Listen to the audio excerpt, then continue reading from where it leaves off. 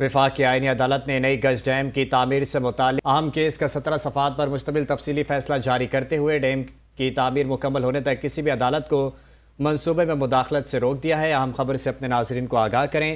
وفاقی آئینی عدالت نے نئی گز ڈیم کی تعمیر سے متعلق اہم کیس کا 17 صفحات پر مشتمل تفصیلی فیصلہ جاری کرتے ہوئے ڈیم کی تعمیر مکمل ہونے تک کسی بھی عدالت کو منصوبے میں مداخلت سے روک دیا ہے۔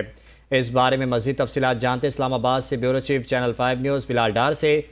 بلال ڈار، بتائیے گا عدالت نے اپنے فیصلے میں مزید کیا کہا ہے؟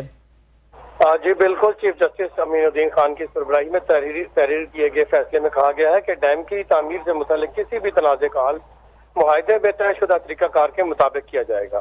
عدالت نے قرار دیا ہے کہ ان ہدایات کا مقصد مزید قانونی چارہ جوئی کو ایک اہم عوامی بنیادی ڈھانچے کی منصوبے کی بروقت تکمیل میں رکاوٹ بننے سے روکنا ہے۔ وفاقی آئینی عدالت نے نئی گز ڈیم سے متعلق سندھ ہائی کورٹ کے فیصلے اور احکامات کو کالعدم قرار دیتے ہوئے کہا کہ ہائی کورٹ نے متعلقہ قوانین کو مد نظر رکھے بغیر غلط ہدایات جاری کی۔ فیصلے میں مزید کہا گیا ہے کہ ہائی کورٹ نے تنازعات کے حل معاہدہ قوانین نیب قوانین کو بھی مناسب طور پر پیش نظر نہیں رکھا۔